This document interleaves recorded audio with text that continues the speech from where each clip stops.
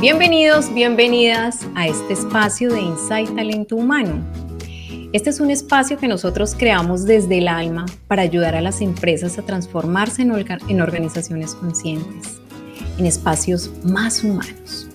Y hoy vamos a hablar precisamente de un tema que es consecuencia de trabajar desde ese punto de conciencia. Es un tema que todos los seres humanos perseguimos y a veces sentimos que se nos escapa. Y estoy segura que en muchas ocasiones pensamos que es el verdadero motivo por el cual estamos aquí en esta vida, y es la felicidad. Y si esto lo trasladamos a los entornos organizacionales, la cosa se puede poner un poco más compleja, porque estamos en una sociedad donde trabajo y felicidad parecen palabras opuestas. Pero hoy vamos a aprender que nada más lejos de la realidad, no a día de hoy, donde las organizaciones se están convirtiendo en espacios más humanos. Y para esto tenemos un invitado maravilloso. Él es CEO, nada más y nada menos que de la Fundación Mundial de la Felicidad.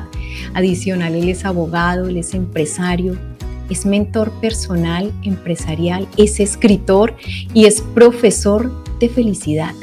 Pero es que él es un líder que está comprometido en un movimiento de conciencia y sembrando transformación en personas, culturas y organizaciones en muchas partes del mundo. Así que damos la bienvenida a Raúl Varela. Raúl, buenas tardes, ¿cómo estás? Hola Cristina, buenas tardes, un placer estar aquí hoy contigo. Nosotros también estamos encantadísimos y seguro que nuestra audiencia también de que nos acompañes en este espacio, porque vamos a aprender muchísimo de cómo activar y mover esas palancas de la felicidad, que es algo que todos anhelamos. Pero Raúl, tengo muchas preguntas para hacerte, pero quiero empezar por una que me llamó mucho la atención, y es que tú seas profesor de felicidad. Entonces quiero saber ¿cómo es tu función de profesor de felicidad? Adicional también el que hubiese una fundación mundial para la felicidad, que es algo que me pareció preciosísimo. ¿Cómo llegas tú a ella? ¿Cómo es tu función de ser humano dentro de la fundación? Cuéntanos un poquito. Pues mira, la fundación la creó Luis Gallardo en el año 2017 en Miami, y Luis tiene un perfil muy de alto ejecutivo. Fue un alto ejecutivo en Deloitte durante muchos años, en Nueva York, mano derecha del presidente, y fruto de conocer a grandes líderes mundiales, era el encargado de ir al foro de Davos, al Foro Económico Mundial, conoció a premios Nobel, a jefes de Estado, jefes de gobierno, etcétera. En un momento dado, en su carrera, antes de llegar al famoso burnout, ¿no?, o queme por trabajo, pues lo que hizo fue parar y decidir bajarse a tiempo del carro y crear la Fundación Mundial de la Felicidad, ¿no?, con todo ese background, con todo ese conjunto de personas que le acompañaron desde el principio y que cada vez somos más. A día de hoy hay aproximadamente 400 personas detrás de la Fundación. La Fundación, la verdad es que tiene una vocación, tiene un propósito muy bonito, que es crear un mundo más libre, más consciente y más feliz para todos, ¿sí?, y juntos. Y tenemos también una misión que está alineada con un hashtag de Naciones Unidas, un hashtag de la ONU, que es 10 Billion Happy by 2050, que quiere decir que vamos a intentar hacer felices a los 10.000 millones de personas que se prevé que va a haber en el mundo en el año 2050. Ni más ni menos. Tenemos, como ves, Cristina, pues unas metas muy, muy elevadas. Y para ello contamos, como te decía, con líderes del calado de Philip Kotler, por ejemplo, considerado el padre del marketing moderno, que forma parte del Consejo Mundial, o John Helliwell, que es uno de los editores del World Happiness Report, que es el informe mundial sobre felicidad, detrás del cual está la Universidad de Oxford, está la empresa Gallup y grandes compañías de reconocido prestigio y sobre todo científicos del calado como John Helliwell, que te decía. Detrás de la fundación hay muchas más personas, no quiero tampoco pararme demasiado en esta parte, pero sí me gustaría decir que en España nos hemos organizado. Yo como CEO tengo el honor de dirigir no solo España, sino todo el mundo de habla hispana, es decir, todos los países hermanos queridos de Latinoamérica, también los dirigimos desde aquí, desde España. Entonces, lo que estamos haciendo para organizarnos es crear comisiones. Hemos creado 28 comisiones dentro de la Fundación, cada una de las cuales está dirigida por un líder, y lo que hacemos es crear comisiones especializadas dentro del mundo de la felicidad, y básicamente nos centramos en 3 pilares básicos, que son, por una parte, la educación, por otra parte, que tiene que ver con la salud y muy enfocados a la salud mental y emocional. Y por último, el liderazgo. El liderazgo, una doble vía, el liderazgo en el mundo de las políticas públicas y el liderazgo en el mundo de la empresa. Y sobre esas temáticas vamos construyendo programas, iniciativas.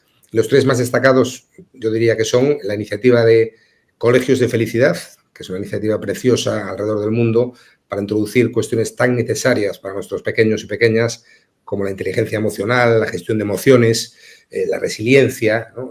La psicología positiva, etcétera, etcétera. O, por ejemplo, el programa de la iniciativa de Ciudades de Felicidad, que es similar, pero en este caso asesorando a líderes de gobierno, alcaldes, gobernadores, etcétera, por todo el mundo. Y en ese sentido, hemos tenido la fortuna, Cristina, fíjate, de poder estar en la conferencia de alcaldes de Estados Unidos, invitados por el alcalde de Miami, para poder presentar la fundación, por un lado, y por otra parte, la iniciativa de ciudades, fruto de esta reunión, surgió la primera ciudad piloto, que ya hemos trabajado con ellos, en este caso en Miami, en Pinecrest, y ya nos están llamando ciudades tan conocidas y tan grandes como Lima, el otro día que nos llama, o incluso algún país como El Salvador, que nos está llamando también para asesorarle también en materia de políticas públicas, en este caso asesorando y formando a todos los funcionarios públicos del país. Por último, y no menos importante, que es la parte que a mí más me toca, tenemos la certificación de bienestar laboral, no voy al mundo de la empresa, que hemos sacado al mercado, hemos lanzado con AENOR, con la certificadora AENOR, y se han hecho eco revistas tan conocidas como Forbes. La revista Forbes ha recogido la noticia recientemente y la verdad es que estamos muy satisfechos con esta certificación para ayudar a las empresas a poner realmente a las personas en el centro, ¿no? Esa frase que tanto se dice, pero que sea real, que sea una política de cuidado de las personas real, y para ello tenemos esta fantástica certificación. Y por último, y la pregunta empezaba por ahí, pues he tenido la fortuna de poder ir entrando en espacios muy interesantes para dar clases como profesor en ciertas universidades, no solo de España, sino de Latinoamérica, e incluso en el máster propio. Tenemos un máster en la Fundación, que es el máster de Bienestar en Entornos Corporativos, donde también soy profesor, y también damos formaciones en materia de bienestar, de felicidad, de diversa naturaleza, que están todas recogidas en nuestra academia, que es la Academia Mundial de la Felicidad, precisamente relacionado con la cuestión de educación que te comentaba al comienzo. Preciosísimo. Cuánto trabajo detrás de todo lo que están haciendo, ¿verdad? Pero sobre todo, cuánta conexión desde el alma. Raúl, te voy a hacer una pregunta que probablemente sea una de las preguntas más difíciles que nos podemos hacer los seres humanos. Y tú que estás en ese entorno trabajando por esa misión, ¿cómo defines tú la felicidad? ¿Qué es para ti la felicidad? Pues una pregunta muy interesante y muy subjetiva. Cada uno tiene su forma, como bien decías tú, de verla. Desde la Fundación somos muy sencillos. Nos vamos a la definición de Dinner, llamado uno de los padres de la psicología positiva, y hablamos de bienestar subjetivo, es decir, lo que le siente bien a cada persona. Pero yo me gusta, en mi caso, con el puesto que tengo, me gusta más profundizar y me gusta hablar de que es un estado del ser que te permite estar bien de forma sostenida en el tiempo. Fíjate, estado del ser, no tener o estar, sino ser, y sostenido en el tiempo. Como yo lo que estoy introduciendo es la diferencia entre cuestiones como alegría o estar contento. Es decir, estoy alegre, estoy contento, pero soy feliz. Es una de las grandes ventajas que tiene el castellano respecto al inglés. El inglés es to be, pero en español sí es ser y estar. Fíjate qué interesante matiz en este verbo, hablar de felicidad. A mí me gusta decir, Cristina, que la felicidad es un eco que va mucho más allá de las emociones, precisamente por esa duración en el tiempo. A mí me gusta concebirla de una forma eudaimónica y no de una forma hedónica, que la forma hedónica, como sabes, es una asociación directa con el placer y la evitación del dolor. A mí me gusta más esa sostenibilidad, como te decía, en el tiempo. Igual que Ramón y Cajal, nuestro premio Nobel español, decía que cualquier persona puede ser escultor o escultora de su propio cerebro. A mí me gusta decir que cualquiera puede ser arquitecto de su propia felicidad, porque también, y ahí introduzco una cuestión que para mí es muy importante, que es que la felicidad, en primer lugar, se puede decidir ser feliz. Esto mucha gente se sorprende, pero lo primero que tienes que decidir es ser feliz, voy a ser feliz. Y a partir de ahí, pues intentar rodearte de gente que te ayude para ello, leer, y hay una serie de herramientas o técnicas o palancas que te van a ayudar a ser feliz, porque como bien sabes también hay gente que de forma natural, de forma innata lo es, pero la tendencia del ser humano pues es más bien hacia la negatividad y por lo tanto si podemos estudiar, entrar en espacios de psicología positiva, en espacios de la llamada ciencia de la felicidad, pues seguramente vamos a reforzar, si ya tenemos esa predisposición la vamos a mejorar y si tenemos una predisposición hacia lo negativo podremos entrar en espacios de felicidad fruto precisamente de ensayar, de practicar, eso también lo digo, es decir, igual que la gente va al gimnasio hacer deporte para tener bien el cuerpo, pues la felicidad también se puede practicar, se debe ensayar. Igual que una persona toca el piano y para tocarlo bien o la guitarra tiene que ensayar, lo mismo sucede con la felicidad. Qué maravilla. O sea que nosotros ni siquiera, o sea, los humanos tenemos ese poder, pero desconocemos o que tenemos ese poder o no sabemos cómo activar, cómo presionar esos botones, esas palancas y erróneamente pensamos que la felicidad, como lo comentabas tú, probablemente sea estar alegre todo el tiempo, ¿verdad? Y nada más lejos de la realidad, ¿verdad?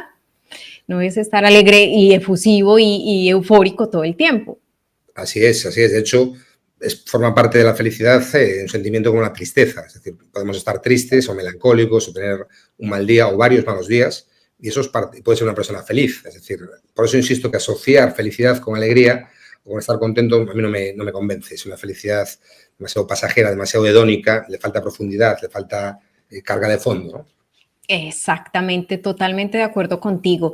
Y algo que yo decía en la introducción, Raúl, es que en nuestra sociedad parece que las palabras trabajo y felicidad fuesen opuestas. ¿Por qué crees que se ha producido eso y por qué nada más lejos de la realidad a día de hoy donde las organizaciones se están transformando en espacios más humanos? ¿Tú qué crees?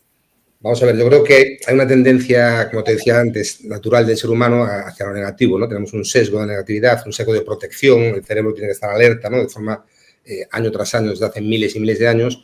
Y además, a eso hay que sumar, a mi juicio por lo menos, y en el caso de las culturas católicas, el sentimiento de culpa, ¿no? Es decir, nos cuesta ser felices, ¿no? Hay una especie de autosaboteamiento, nos autosaboteamos para no ser felices porque, sumando la parte genética ya del cerebro del ser humano, se suma la parte, digamos, de cultural, ¿no? Entonces, es como raro, ¿no? La gente cuando se encuentra demasiado tiempo feliz, cuando tiene estabilidad o la felicidad, estás como asustado por momentos, ¿cómo puede ser tan feliz, ¿no?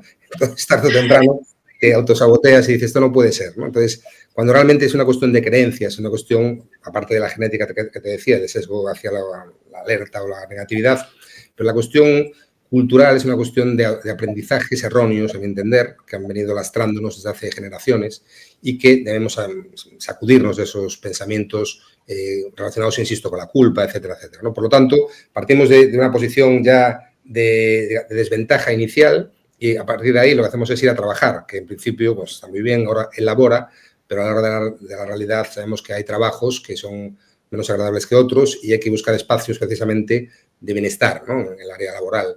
Y para ello, precisamente desde la Fundación, siendo conscientes de ello, siendo conscientes de que pasamos, como bien sabéis, aproximadamente un tercio de nuestras vidas en el trabajo, 8 horas al día durante toda la época laboral, pues tenemos que buscar espacios de tranquilidad, de bienestar, y por eso hemos trabajado intensamente desde hace más de 3 años en la Fundación, de la mano de la certificadora ENOR, para crear esta certificación de bienestar laboral, que lo que hace es precisamente crear espacios para que los empleados puedan estar con mayor bienestar, ¿no? en sus puestos de trabajo. Hay gente, sobre todo los clásicos empresarios del siglo XX, ¿no? Que no, hay que venir de casa feliz, ¿no? Eso está claro que hay que crear la felicidad y estudiar la felicidad fuera del trabajo, pero nosotros abogamos también porque los espacios laborales sean espacios de bienestar y de felicidad, sin duda. Exactamente. Y te cuento, Raúl, que yo hace meses hice un estudio de mercado, precisamente como consultora organizacional que soy, hice un estudio de mercado de las motivaciones de las personas para ir al trabajo y te cuento que el 98% de las personas me dijeron que su motivación era únicamente el sueldo, el salario. Entonces, claro, todavía estamos en una sociedad donde no hemos llegado a ese nivel de conciencia ideal.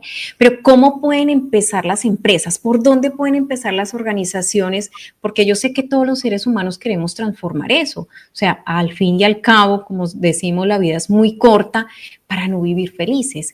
Dentro de las organizaciones, que es en realidad donde pasamos la mayor parte de nuestro tiempo, ¿cómo puede empezar ese movimiento de transformación hacia el hecho de que los empleados, los colaboradores sean más felices en los espacios de trabajo? ¿Cómo se puede iniciar?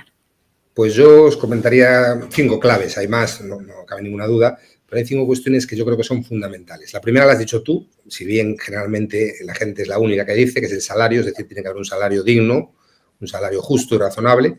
pero al salario hay que sumar otras cuestiones muy importantes, como por ejemplo la escucha atenta a los trabajadores, es decir, cada vez más se valora, sobre todo por las nuevas generaciones, que sean escuchados por sus líderes, ¿no? Es decir, el jefe que escuche a los empleados, que tenga feedback y que sea una escucha real y atenta, no simplemente recibir información y no devolverla, sino que realmente se sientan escuchados los trabajadores, ¿no? Sentirse apoyados, sentirse valorados es fundamental.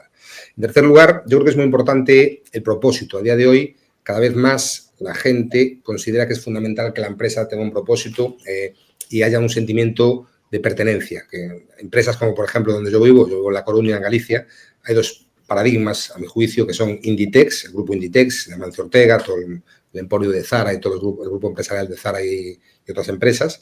Es un ejemplo claro donde la gente vive los colores de la empresa, hay un sentimiento de propósito claro, sentimiento de pertenencia a la compañía. O Estrella Galicia, que es una empresa española también de cervezas, que es gallega, como su propio nombre indica, donde también la gente tiene un clarísimo sentimiento de pertenencia y el propósito de la compañía son propósitos muy elevados y donde respetan el medio ambiente, hay una sostenibilidad real, no hay greenwashing, ni pinkwashing, ni nada, ningún tipo de washing, es todo real y eso la gente lo valora mucho, ¿no? Sería el propósito.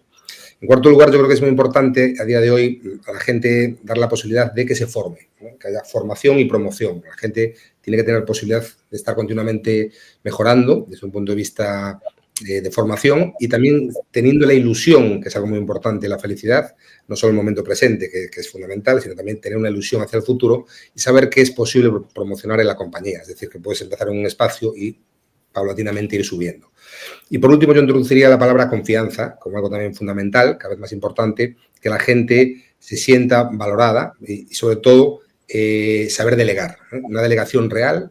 Los líderes tienen que tener la capacidad de delegar y en ese sentido, bueno, a mí me gusta muchísimo el término liderazgo humanista. De hecho, coescribí un libro con otros autores en ese sentido y es el liderazgo que apoyamos, el liderazgo consciente o liderazgo humanista desde la Fundación.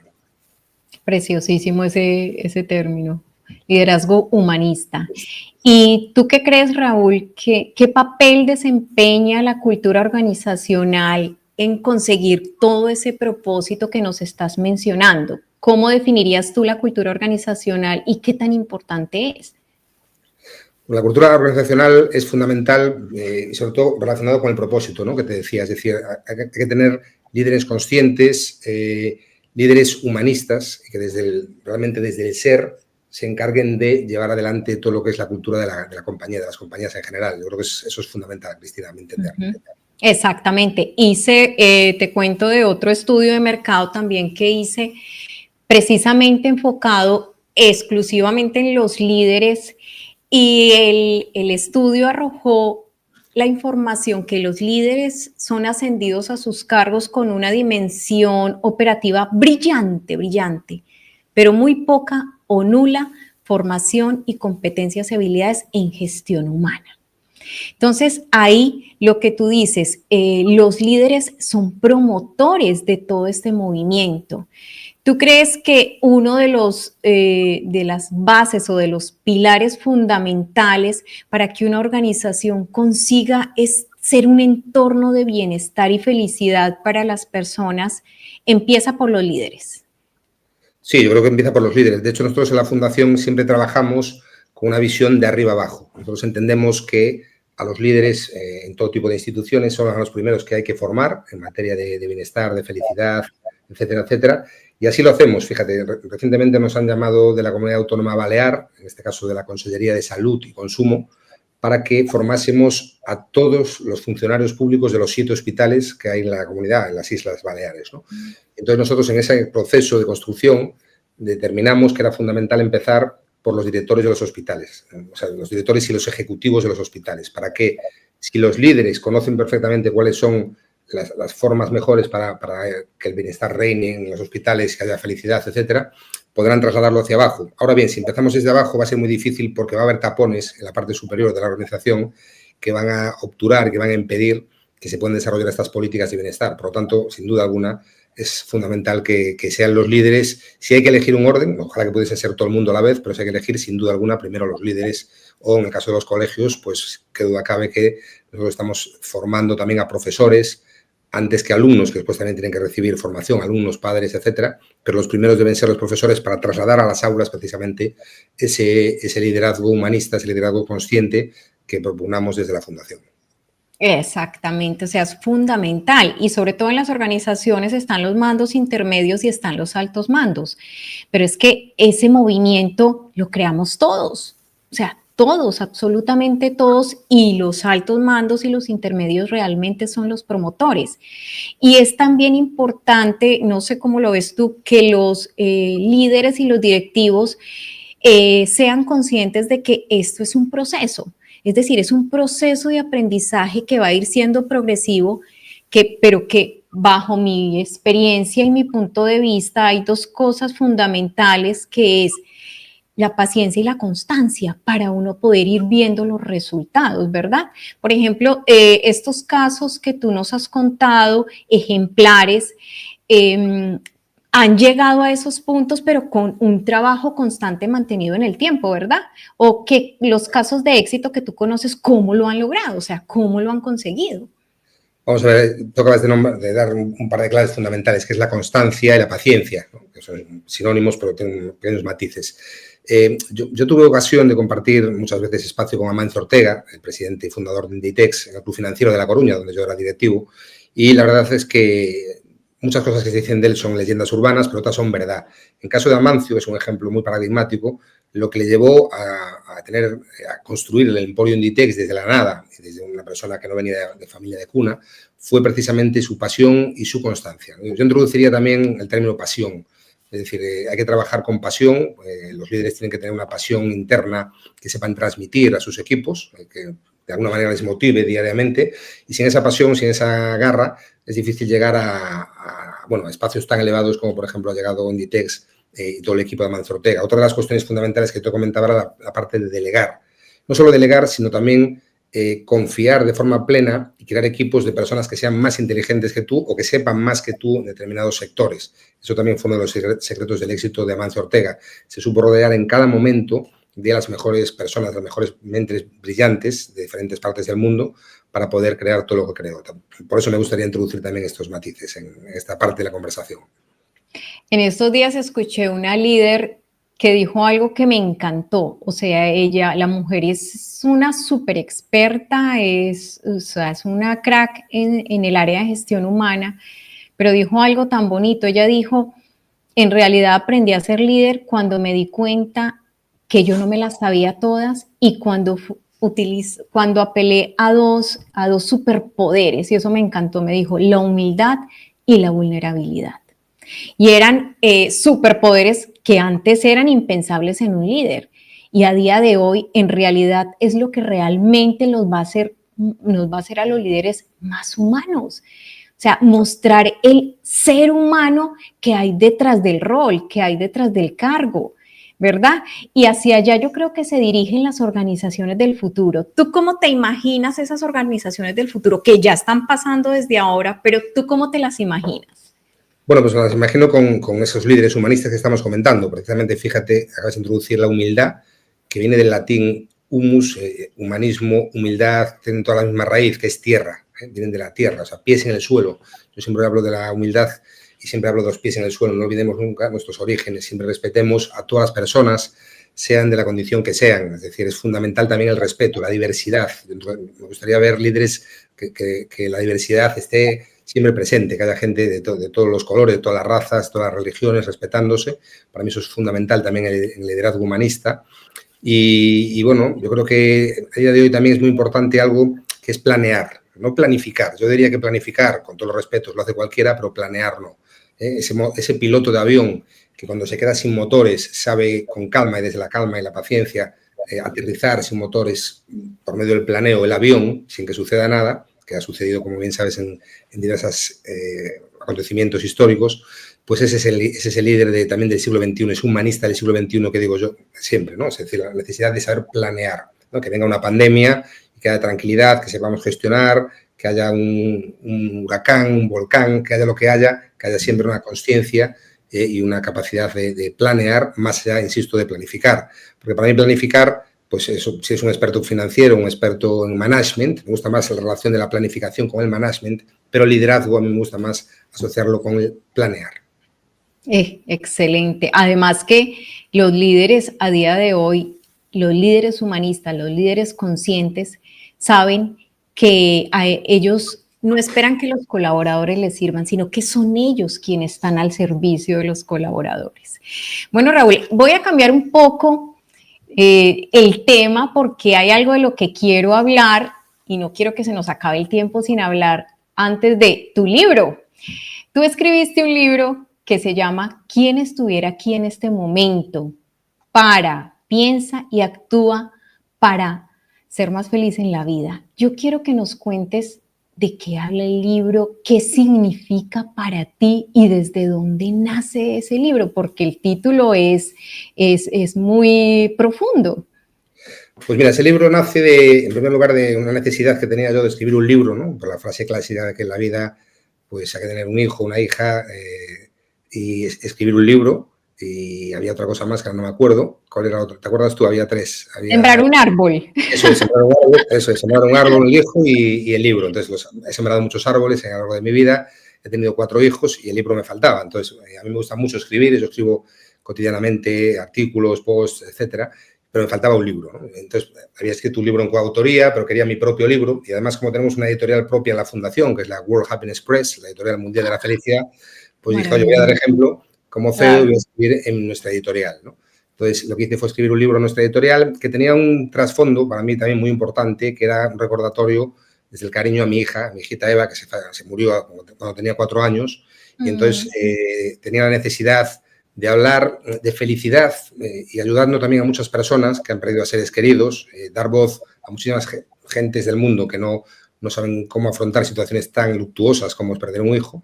Entonces yo quería dar luz y quería dar brillo y posibilidades a muchas personas, ¿no? Con este libro. Y precisamente el motivo que me llevó a decir, oye, este libro que quería escribir, ha llegado el momento de escribirlo, pues al cabo de aproximadamente 10 años desde que falleció mi hija, dije, este es el momento, desde la tranquilidad, ya desde el cargo de la fundación, haber conocido grandes líderes, dije, yo creo que es el momento de poder con calma sentarme y de alguna manera escribir un libro que se centre en las llamadas palancas de la felicidad. No hablo de muchas cosas en el libro, pero la parte nuclear del mismo son las llamadas 22 palancas de la felicidad, que están basadas en la ciencia de la felicidad, que como bien sabes es una ciencia que desde hace años ya viene estudiando qué cosas hacen más felices a los seres humanos, y esa es un poco la motivación del comienzo de este libro que escribí hace un año.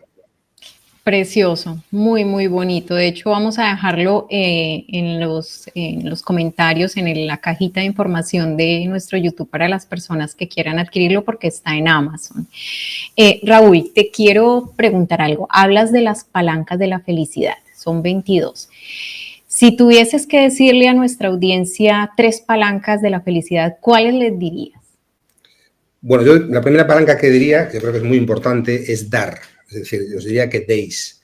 Cuando digo dar, no me refiero a dar dinero, me refiero a otras muchas cosas como dar tiempo para tus hijos o para tus hermanos, tus padres, tu gente querida.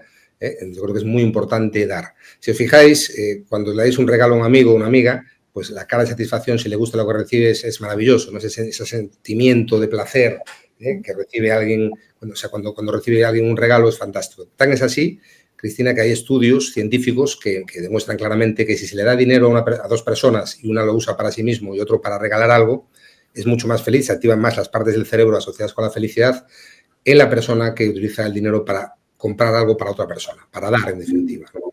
Entonces, eso, bueno, es una maravilla lo de dar, como decía, dar tiempo para educar, para compartir.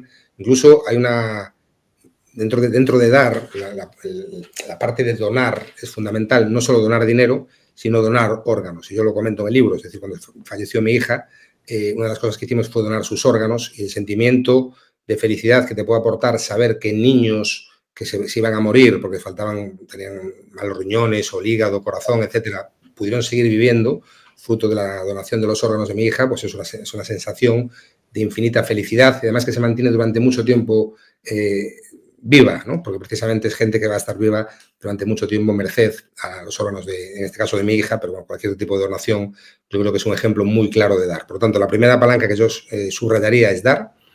Si tengo que elegir otra, pues permíteme que elija, me voy a la ciencia ahora, me voy a Harvard. En la Universidad de Harvard se hizo un estudio que aún sigue vivo, la cuarta generación, que es el estudio más antiguo sobre felicidad. Se empezó después de la Gran Depresión, en los años 30. Lo hizo el profesor, lo está liderando a día de hoy, cuarta generación, como te digo, el profesor Robert Waldinger. Y ese estudio, después de trabajar en profundidad con, ya te digo, 4 generaciones de cientos y cientos de personas de diversas clases sociales y estratos sociales de América, concluye claramente que una de las palancas más fuertes de la felicidad son las buenas compañías. Por lo tanto, yo os aconsejo que os rodeéis de la llamada gente luminosa, ¿no? O gente vitamina, como decía Marian Rojas Estapé, y evitemos, por contra, a la llamada gente tóxica, esos vampiros de la felicidad, ¿no? Que igual que es contagiosa esa gente alegre que siempre te va a transmitir esa alegría, también es muy contagiosa las otras personas que en la medida de nuestras posibilidades debemos evitar, ¿no? Esa sería una palanca, yo creo, muy, muy potente también, ¿no? Las buenas compañías. Después, bueno, hemos hablado de la felicidad en el trabajo, pero ya lo hemos comentado. Si me permites una tercera, yo me iría a disfrutar de las pequeñas cosas de la vida. Es decir, valoremos lo pequeño de la vida, una comida con un amigo, con tu pareja, con tu madre, con tu padre, o un paseo por la naturaleza, un abrazo cuando hace tiempo que no ves a alguien, ir a tomar un café con una persona, compartir una buena conversación, música, por supuesto, bailemos, hagamos deporte, intentamos dormir bien. Bueno, es un cajón desastre, ¿no? Que esas pequeñas cosas que a veces no valoramos, yo creo que tienen muchísimo valor en el mundo de la felicidad. Por lo tanto, claro que es interesante tener ambiciones en la vida y querer llegar a más, etcétera, sobre todo cuando somos más jóvenes, pero cada vez, por lo menos personalmente, yo valoro más esas pequeñitas cosas que suman, son micromomentos de felicidad que al final conforman una vida mucho más feliz. Doctor Joe Dispenza tiene una frase que a mí me fascina y va muy en la línea de lo que tú estás diciendo, que es: donde pones tu atención, pones tu energía. Entonces tú nos estás invitando a activar la palanca de la felicidad de las pequeñas cosas. Y una forma de activar aquello que queremos que gane fuerza es prestándole atención. La atención es fundamental para generar cualquier tipo de emoción o químico, llámalo desde la parte neurocientífica, en nuestro ser y en nuestro cuerpo. Así que maravilloso, maravilloso. Y una última pregunta que te quiero hacer, Raúl, es, nos hablaste de la certificación que tiene la Fundación. Me gustaría mucho que los líderes conozcan esta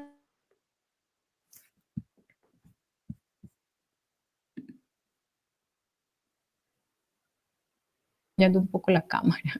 Una de los principios del liderazgo es el autoliderazgo. Primero tiene que empezar por mí y a partir de ahí puedo ir a ayudar a los demás. ¿Cómo la certificación puede ayudar a los líderes? Primero para ayudarse a ellos y luego poder ayudar a sus equipos. Cuéntanos un poquito de cómo los puede equipar. Vamos a ver, la certificación está dividida en 10 bloques, entonces vamos trabajando. El primer bloque precisamente es el liderazgo, ¿no? Entonces trabajamos en profundidad lo que es el liderazgo en las compañías, en todos los estratos de las empresas y de las organizaciones en general, ¿no? Yo creo que es fundamental pues trabajar, insisto, desde la parte más baja hasta los líderes más elevados de la organización, presidentes, CEOs, etcétera, etcétera, cargos intermedios, por supuesto, ¿no? Es importante concienciarles en todas estas cuestiones que estaba comentándote, Cristina. Es decir, yo creo que es muy importante introducir el liderazgo consciente, el humanista, acabas de introducir, hablando de palancas de la felicidad, algo fundamental, ¿no? Que es vivir el momento presente, ¿no? Con atención plena, presente. En definitiva, intentar trasladar a los líderes de las organizaciones algo que, como bien también dijiste tú, adolecen generalmente, no suelen tener, que es formación en materia de psicología positiva, inteligencia emocional, humanismo, etcétera, etcétera. Eso es fundamental. Mira, el otro día escuchaba una entrevista en un podcast que me encantó y hablaba un doctor que decía: nosotros en las carreras de medicina, en la carrera de medicina, solo estudiamos la enfermedad, no estudiamos para nada la prevención, es decir, no tenemos clases de educación física, de la parte física del cuerpo, no hay clases de nutrición, no hay clases de inteligencia emocional, de gestión de emociones en medicina, y así sucede lo que sucede después, es decir, estamos trabajando con unos médicos que están formados para la enfermedad y no para la prevención de la enfermedad. Y eso yo lo trasladaría al mundo empresarial. Tenemos que tener líderes que tengan una consciencia suficientemente elevada y un conocimiento suficiente para poder cuidar, tratar y acompañar a todas las plantillas que puedan intentar liderar. Podemos aprenderlo. No nacimos con todos los conocimientos, pero podemos ir adquiriendo esas habilidades y esas competencias mediante programas como la certificación que ofrece la Fundación Mundial de la Felicidad, que nos equipen para poder ayudar a otros a ser felices, empezando por ser felices nosotros dentro de las organizaciones. Raúl, un último consejo antes de irnos para las personas, para las organizaciones. ¿Con qué quisieras que se quedaran hoy las personas? ¿Con qué idea? Pues yo diría que se quedasen con intentar vivir la vida de una manera consciente en el presente. Me voy a ir a ese momento presente, como decías tú, con atención plena, y que disfrutemos el momento presente sin dejar de mirar al pasado con una sonrisa de recuerdo, no tanto de nostalgia, sino de un recuerdo para poder aprender de cosas pasadas y poder disfrutar de lo que sucedió, y mirar al futuro también con ilusión, que es una palanca también muy potente de la felicidad, la ilusión en la vida. Por lo tanto, presente generalmente y vista hacia la derecha y hacia la izquierda para mirar siempre con una sonrisa al pasado, con una ilusión al futuro. Ay, excelente. Muchas gracias, Raúl. Nos quedamos con esa idea. También a mí me impactó también el hecho de saber que la felicidad la podemos elegir, que si nos acompañamos de las personas adecuadas que nos ayuden a transitar hacia esas elecciones, podemos crear nuestra vida ideal y por ende la de nuestro entorno, y crear una energía colectiva y una conciencia colectiva que nos lleve a todos a ser más felices, y que la felicidad no es un destino, es una forma de caminar. Raúl, muchísimas gracias por este espacio, de verdad que ha sido muy provechoso, hemos hablado de un montón de cosas en este corto tiempo. A nuestra audiencia nos vemos en un próximo espacio de Insight Talento Humano aquí en nuestro canal de YouTube, donde les compartimos información de expertos y profesionales del área de gestión humana y de liderazgo para que nos ayuden a generar y a crear esas organizaciones más conscientes. Así que hasta una próxima oportunidad, Raúl, muchísimas gracias y nos vemos más adelante, nos vemos en un próximo episodio. Hasta pronto. Cristina, muchísimas gracias y un abrazo para toda la audiencia. A ti, Raúl. Hasta luego.